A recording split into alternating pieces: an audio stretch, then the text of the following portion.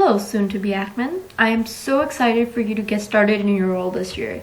You're about to enter a very interesting and impactful leadership opportunity which has so much to offer. We will be looking at when you will be joining the role and what exactly your role would involve. The goal of this presentation is to make sure you are aware of addressing academic needs that students might have in residence through events and resource referrals.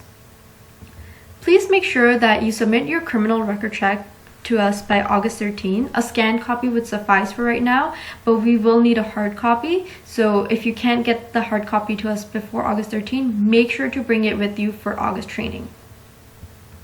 So you will be arriving in late August, so you're not technically arriving in the fall semester, I guess, for training purposes. And in winter, you will arrive early in January with the rest of the residents. And in both cases, you must depart 24 hours after your last exam.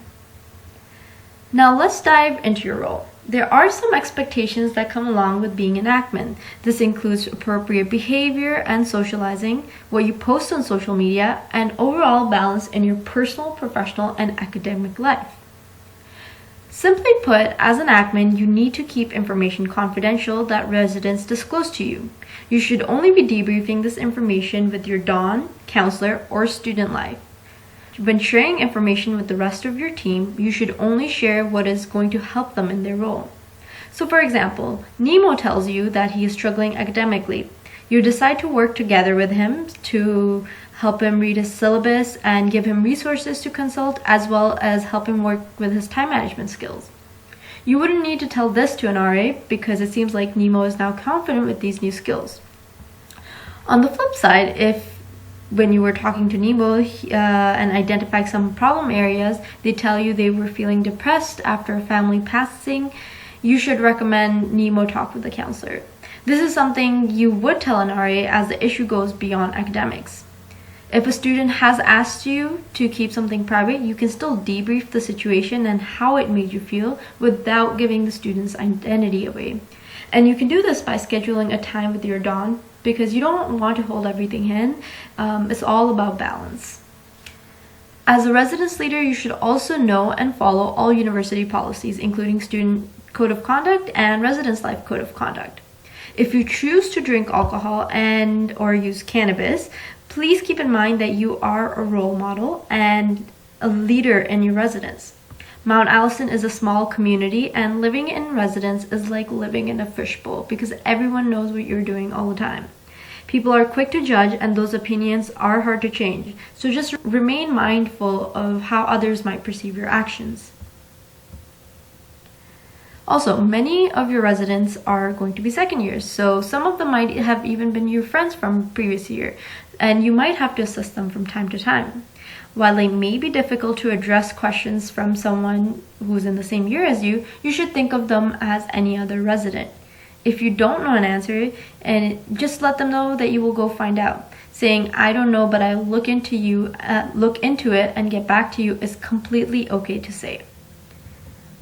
Aside from socializing in person, you have to be mindful of your online presence as well. Your residents may see your posts, and it can negatively impact their opinion of you depending on what you post. So it's a safe route when posting an article online to state that it's something that you are interested in instead of including your own point of view. This way, if someone wishes, you can offer to have them come and discuss it with you instead of having it become an online public back and forth. Also, we know it's a challenging role and you may be unhappy about some aspects of the job, but it is best not to vent your frustrations out online or in person to residents. Bad-mouthing your role or your employers isn't celebrated by current or any future employers. So this one is less of an expectation and more so of a reminder that you are an individual first, meaning family and your own mental health should be balanced with your studies, AcMen role, and extracurricular activities. You came here to study, so make sure that you make time for your academic needs. Also, providing assistance to your residents is why you're in this position, so it would be unfair to them if you don't put in the effort in this role. That means the next thing on the scale, meaning any second jobs, extracurricular activities, or just simply hanging out with friends, these things should not be interfering with your AcMen responsibilities. So what we have covered so far is what you're expected to do in your role, but now we will actually look at the duties encompassing the AcMen role. You will be asked to attend some meetings as part of your role, the first one being the AcMen meeting called on by a need-by-need basis. Usually these will be in a group format and will be called by the RLC, the Residence Life Coordinator. This is for open communication between you as residence leaders and student life. You can bring forth any issues and struggles that you might be facing with residents in your role and share ideas with other AcMen. So whenever I've sat in on these meetings, I've just seen AcMen just discuss with each other like, oh, what have you done in your residence for an event or for a salon? And then they would share what they did, how the event turnout was, and oftentimes you would see the same event being held in another residence later on, or at least they get inspiration from other people. So it's a really fun time to get together with other AcMen. Sometimes these will be one-on-one meetings with your RLC to discuss the progress in your role. And this way you can also share things that you didn't necessarily feel comfortable bringing up in a group format. The second meeting you will attend is the weekly Dawns meeting. This is when all residence leaders gather in one place to keep up to date on residence events and identify any residence issues before it escalates. Your role is to report on any upcoming events that you have planned and bring forth any concerns that you have about residents as part of the early alert system. So the early alert system is set up to identify issues before they get out of hand, and a portion of the Dawns meeting is set aside for discussing anyone displaying any red flags such as changes in behavior. This may include changes in their daily routine, how often you see them on campus or in residence, or sometimes students will tell you about other things in their own life when they come to you for academic help. Even if it isn't something extremely concerning, other residence leaders may have noticed something too, which could help bring to light a bigger problem at hand. So for example, you may notice that Nemo seems to be struggling more with his studies than he did the previous semester. Another RA might mention that they saw him intoxicated a couple of times in a row, and that his friends also mentioned that he doesn't seem to be hanging out with them a lot more. And then another RA might chime in that they heard Nemo and his girlfriend broke up. And then an exec member might say that, yeah, they haven't been coming out to a lot of the house events like they did last semester. Separately, these points don't seem like a big deal, but together you start to see a pattern of poor coping mechanism. So at this point, the Don may ask the RA or the AD to check in with Nemo, and which is why this early alert system has been placed. And remember, debriefing during these meetings means sharing relevant information that other residents have brought up or you may have witnessed. It is not a gossip session. So if from the previous example, Nemo is actually fine after his breakup and brings home a girl, that's not something to bring up in a meeting. You are also required to hold 5 hours of office hours each week to assist students with their academic needs, inquiries, whatever it may be. It is best to spread it out so that if someone can't make it during one of your time slots, they can at least try to attempt to make it to your other time slots. So if you have Monday, Wednesday, Thursday, say they can't make it because they have class during Monday and Wednesday, but that Thursday, that's when they might come to you for help. It is also best to not have too many half-hour slots, as it might not be enough time for people to see you. Sometimes, an inquiry might just take like 15 minutes, so that's like half of that time slot that you've allotted in order to see students. A happy medium is usually 2 to 3 sessions a week, and try hitting both weekend and weekdays as well as afternoon and evenings. And lastly, be consistent with times each week so that students can reliably come to you for help. You can hold these hours anywhere within residence, such as a lounge. If you have a single room, you may choose to even do it there, and create it like your own office space. But some words of caution on this. Some students may feel uncomfortable coming to you for help at your room or sitting on your bed when trying to discuss these academic struggles. And if you have a roommate, we advise against these office hours being held in your room, as it becomes really inconvenient for your roommate if they have to leave every time someone comes to you for help. It's their room too, after all. You may find that certain times for your office hours are not working or no one is coming, and you can adjust it based on that. During the first 6 weeks, we recommend that you do hold these hours, but you can change it to a per appointment basis if that works better for you afterwards. And don't worry, we will guide you through it more thoroughly in August.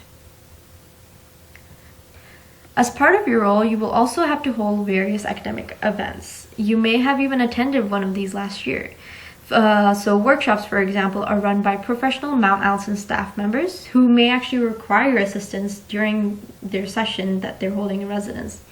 So this could include an academic workshop with the academic counselor or another educational workshop on, say, sexual violence with a share advisor.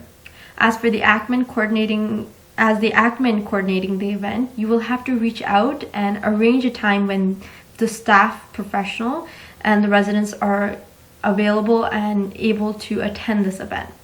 You should work proactively towards this as they are quite busy, especially in the beginning of the year. Salons, on the other hand, are like a TED Talk session, which are around 15 to 20 minutes, but with the ability to have this in-depth discussion afterwards. These are usually topics that wouldn't be covered typically in their classes. So this could be something like indigenous knowledge, Gothic literature, or even geocaching. Last year, Campbell ran a very successful event about Apocalypse A to Z with Reverend John Perkin during Halloween, which was a huge hit. So having these themed salons during times of big events can also be really exciting for students.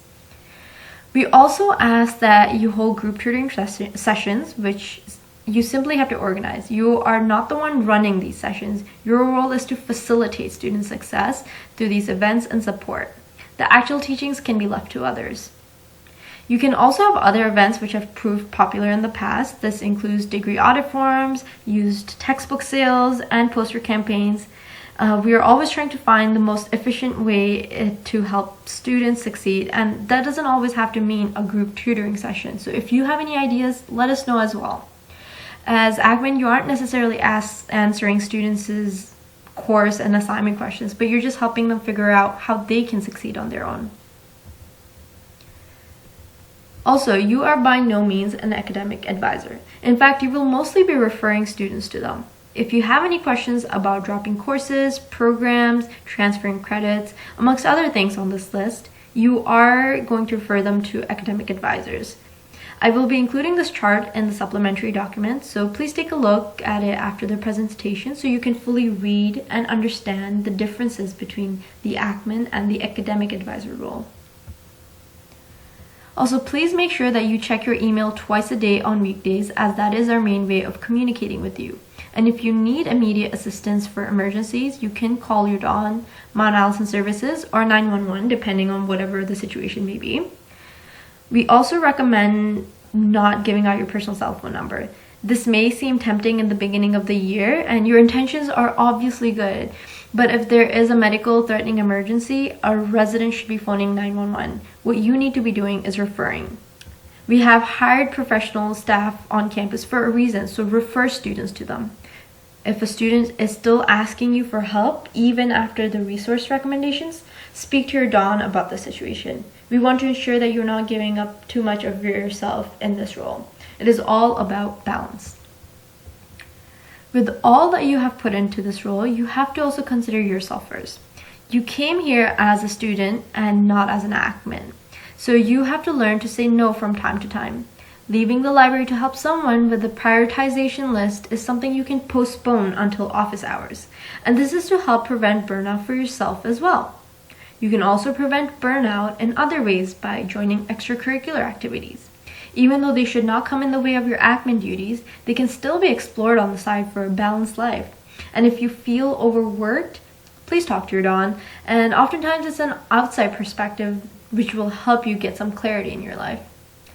And lastly, if you have any concerns regarding your DON, you can directly speak with the RLM, Res Life Manager, or RLC. And if you have a concern with the manager and RLC, you can directly speak with the Director of Student Life. Your concerns will always be looked after as student life, so do not hesitate. So that is all for today's presentation. Make sure to read the supplementary document, and I can't wait to see you all in August, and have a great day.